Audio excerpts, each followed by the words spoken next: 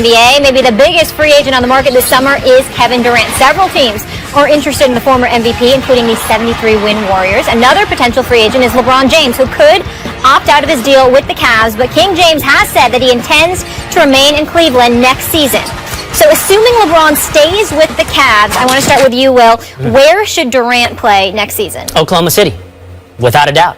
And LeBron gave him the perfect reason why. LeBron showed him over the past week where his rightful home is, where he should win, or at least attempt to win, his NBA championship. And that is Oklahoma City. Because not all championships, Stephen A., have the same value.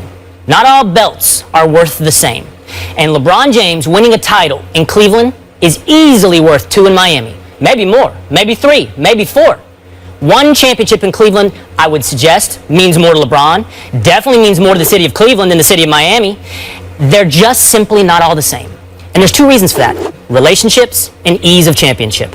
LeBron, of course, we know, has a long-term relationship with Northeast Ohio. At this point, Kevin Durant has a long relationship with Oklahoma City. Not to the same depth of LeBron in Northeast Ohio, but still, a relationship nonetheless. One that could be like Kobe's relationship with LA, or Duncan's with San Antonio, or Dirk's with Dallas. Guys that, in Kobe's case, been 20 years with one franchise, and with Duncan and Dirk, soon to be 20 years. That kind of deep relationship means when you can win a championship, if you can, it has much, much more meaning. And second, the harder road is the better road. To toil, to suffer, to fail, ups and downs, that's when victory pays off. If there's a sense that you signed up for an easy championship, it diminishes it. And that's another reason LeBron's 2 in Miami simply aren't worth what 1 in Cleveland is. He teamed up with his buddies in a super team and they won, and bravo to them. I don't begrudge you wanting to play with your friends. But when you do that, it's just not the same as when you toil up and down forever with a team and eventually win. Going to Golden State would be the easy path for Durant. Stay in Oklahoma City. It'll mean more. So you think that championships are elevated because it makes you feel better? Is that what you're trying to tell me? Yes, I do. Really? Yes. And you know this how? This, You see, here's the deal, I got Will. like 9 belts. Today I got 3. Here's the deal. Just on this show. Keep dreaming. Here's the deal, Will. There is no doubt that LeBron James' championship in Cleveland is the greatest feeling of his career. But let's not minimize Miami. First of all, you need to get to South Beach more. I'm quite sure your feelings will be just a touch different, just a touch. Secondly, and more importantly, let's also remember something here. That when LeBron went to Miami, the title had eluded him. His legacy was being tainted significantly. There was the loss to the Spurs in 07. Then he goes to Miami, and then the expectations of the Big Three and the celebration prior to when he first arrived there in that July. And then ultimately to get to the postseason and to have it evaded because you're Dallas Mavericks. And with Rick Carlisle and Dirk Nowitzki and the crew and J.J. Barea and those boys, and ultimately knocked him off, and LeBron James was as small as he had ever been in his professional career. Because that title eluded him when he finally beat Oklahoma City, that was a very significant thing. So even though it wasn't ideal and it didn't fit as great as Cleveland did this week and yesterday with that parade, he didn't know that yet. So winning that first championship, no matter where it came from, meant a great, great deal. Because ultimately it felt good to be a champion. It felt great to be recognized as a champion. And more importantly, in today's day and age with Twitter, Facebook, and beyond, and all of the other stuff that comes with it, they were able to market themselves exponentially. And LeBron James, even though he was a global brand before, he became iconic. Because when in 2008 they played in the Olympics and they all sat down with Kobe, Kobe let them know, look, the championship is it. Because when they went to Shanghai, you thought you would see all of these posters of Yao Ming. There were posters of Kobe because he was the champion. And that's why they had a lot to do with him going to South Beach. So what I'm saying to you is that although I agree with you that Oklahoma City should be the place for him to be, it's for only one reason and one reason only. They are already a championship caliber team. Where the hell are you going? It's not that he would be wrong to leave, to go to Golden State or San Antonio or Miami or someplace else. It's that he would be wrong to depart from a championship contender when you are a superstar in this league, and there's no excuse, because if you're everything you're supposed to be, you should be enough to propel Oklahoma City to the title. I think we agree. That's different. I think we agree, but for different reasons is what I'm saying. That happens on the show sometimes. I understand we're running out of time. 2 simple questions, okay? Are all championships worth the same value? It depends. On what? The individual winning them? The individual wanting them. But you know they have different value to some people then. To some. Would it be easier if he left? To Golden State at least? To Golden State it would be worse, but what if he went to Miami? All right, well. we've got to leave it there. More First Take. Or New York. After the break. Will, making us think.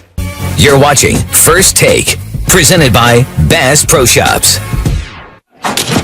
MSG, it's becoming the Rose Garden. The Bulls traded Derrick Rose to the Knicks in a 5-player deal yesterday. The former MVP has missed nearly 40% of Chicago's games since tearing his ACL back in 2012. Welcome back into First Take. Will Kane now in the house, so I want to start with you, my friend. Good morning. What's up, man? How you doing? Good. A lot of people looking forward to this, to you putting me in my place. I doubt that. I doubt no, that. they are. I doubt that. I do what I do. Let's go. Let's go. Let's start with this. Is this the perfect move for the Knicks? It's exactly perfect, Molly. Stephen A., this is a great move. Now, granted, it's a Hail Mary, but it's the kind of Hail Mary that Phil Jackson and the Knicks need to make.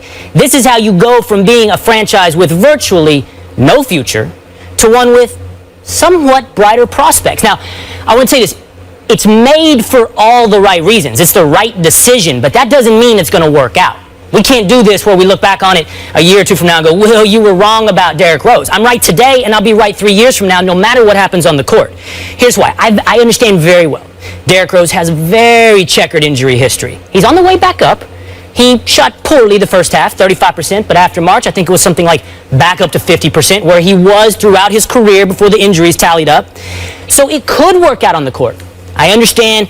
What is Derrick Rose? I think he has a 26, 27% usage rate on team plays, which is the highest of Carmelo's any teammate he's ever had. So I'm worried about what it looks like on the court. But that doesn't mean this is going to be a bad decision. This is still a perfect decision. And here's why. You have to look at the risk reward here. The risk is this. He signed up for Derrick Rose for 1 year. 1 year. $21 million. 1 year. If it doesn't work out, if all my initial hunches about the on the court are wrong, big deal. A year from now, you've cleared $14 million plus in cap space. You already have $30 million. Your real risk is Robin Lopez. Career, last year 17 PER. Basically Andrew Bogut. Basically maybe Marcus Camby. That's your risk. Robin Lopez. So worst case scenario, a year from now, you've increased your cap space. You can go get somebody that did work out. On the other hand, on the reward side, maybe, just maybe, you get the guy that was one-time MVP, the youngest MVP in league history. Clear risk-reward, brilliant move by Phil Jackson. First of all, here's what I don't like about people like you. Oh. People like you, what I mean by people like you are people who are not Knicks fans because you don't feel our pain. You don't feel our suffering. You have no sensitivity whatsoever to it. Are you from Texas? That's right. Yeah, see, that's the problem right there. That's one of the problems right there. I live in New York now. I don't care. You don't care. That's like Skip talking about he lived in Oklahoma. Say, take your behind back to Oklahoma. Say, I don't care about that. It doesn't count. If you ain't from New York City, then you don't absorb and feel the pain that we have been enduring. So you're sitting up here giving me a whole bunch of numbers, PER numbers, acting like some analytics dude. That ain't what matters here. Let me tell you something, Will Kane. Here's the deal. Derrick Rose can play. Derrick Rose is no scrub. Derrick Rose, when healthy, is an all-star and probably better. But over a 4-year period in an NBA season, there's 321 games, 82 times 4. Derrick Rose has missed 201 of them. 201. Did he play 66 games last year? Sure he did. Did he only miss 16 games last year? Sure he did. But in the throes of playing those 66 games, periodically at one time or another, he alluded to his health. He alluded to making sure that he would be able to walk straight for his kid's graduation a decade from now. He talked about future contracts and all of this other stuff. That dog, that Rough Rider in him is a question mark. Now, when we look at the Knicks, we've got Melo, who clearly has it in him. We've got Porzingis, who clearly seems to have it in him. But when you say great move by Phil Jackson, this is why you annoyed me. Because you're letting Phil off the hook. Let me say for the record to everybody out there, when it comes to Phil Jackson, you are getting paid $60 million to be the president of basketball operations for the New York Knicks. No one that I know of that's a president of basketball operations in the NBA is getting more than 10. This man is getting about 6 times more than the average person at his position. Kevin Durant is out there. I want a marquee name. I am in no way disagreeing with you, Will, when you say it is an upgrade. I am in no way disagreeing with you, Will, when you say It's not a bad move. What our problem, I said great, just to be clear. Great. I know that. What my problem with you is, of course, it's great from the standpoint he's making $21.3 million. He's entering the last year of his contract. He's going to be inspired to go out there and perform, etc., etc. What I'm saying is, if you're Phil Jackson, the 11-time champion that is Phil Jackson, with the cachet that's so significant that James Dolan went out there and brought you on board, so you could take the pressure off of him because people were scheduled to boycott outside of Madison Square Garden before Indiana Pacers game that March. You brought Phil Jackson in there to take the heat off of you, and you brought Phil Jackson there because he was supposed to have the cachet to get marquee names. I want my marquee name. I have won this debate, and you don't even know it yet. You don't even know the traps you walked into. Okay. You're cornered. I'm going to unveil it for you right now. Please. Now, I don't like laughing on first take.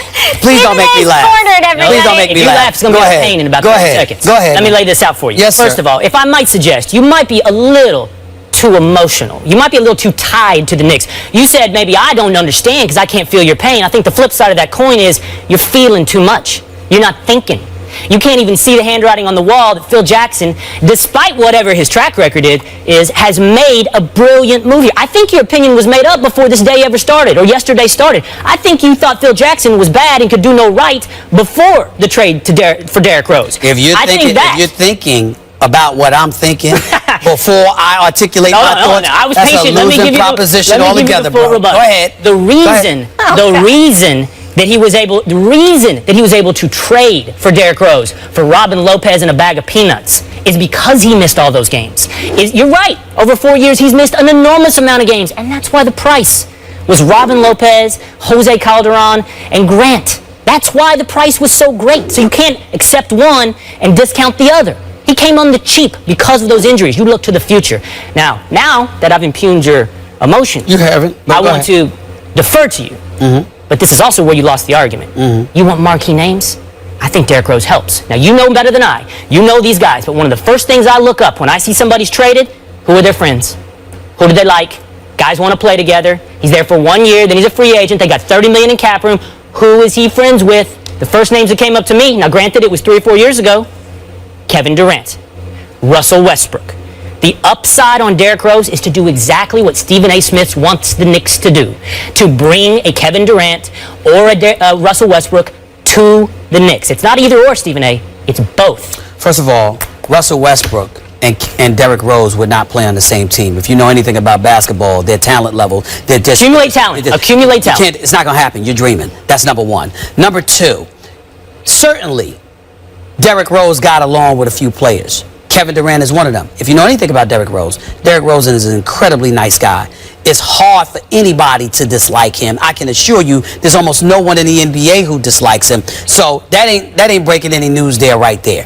Number three, anybody you accumulate that has talent is going to be something that raises an eyebrow because the New York Knicks have been devoid of much of it for many, many years now. So when you look at it from that perspective, if that's the reason that Phil Jackson acquired a Derrick Rose, then the best argument that you could make, Will, on behalf of Phil Jackson, is that it's not finished yet. Let's see what he does in free agency. That's the best you can do. Because what I'm saying to you is this. No, that's the best you can do. Because what I'm saying to you is Phil Jackson has to be held accountable because of this reason. You are a marquee name. You were brought to the Mecca to attract marquee names.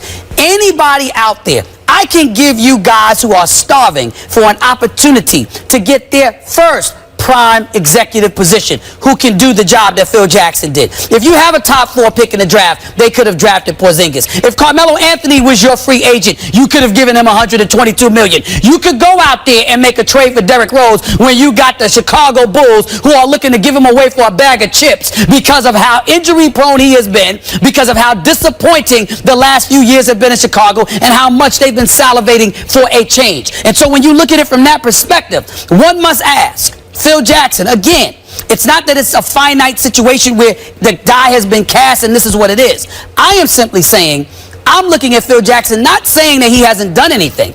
I'm saying to you, Phil, what is your number one job description? If Phil Jackson doesn't bring a marquee name, a superstar to New York, then he is doing a job. I can give you at least 7 names off the top of my head, But that's which all- would be in New York with his title. That's my point. And that's a wonderful point. If it was a rebuttal to a position I held today, which is that Phil Jackson is the best GM in the NBA, or that he's a genius, none of which I argued. I simply argued, great move. Yeah, Hail Mary, perfect move, because he did what you want. That's just why I win the debate. No. He got a one-time MVP, That's not true, Will. potential all-star, That's not cleared cap Will, that's space, not true. and made himself a bigger lure for free agents. Will, they had increased the cap likelihood. money last year. Yep, but the Stephen point that I'm trying to let me make ask is, you a simple question. are you going to go out there and get a marquee Do you name? think, simple question, today versus 2 days ago, They're better. with or without Derrick Rose, not better, more likely or less likely to get Kevin Durant or some other marquee free agent? I don't know the answer. You do know No, I do that not. the answer is yes. No, I do not. The answer is yes. Will, trust me. You don't know that the answer Well, is I yes. defer to Because if you. I don't know the answer is yes, you damn sure don't know the answer is yes. No. I am telling I you, defer to we what you don't hear. know. I defer to what you know. I always All I'm do. saying to you is this. We don't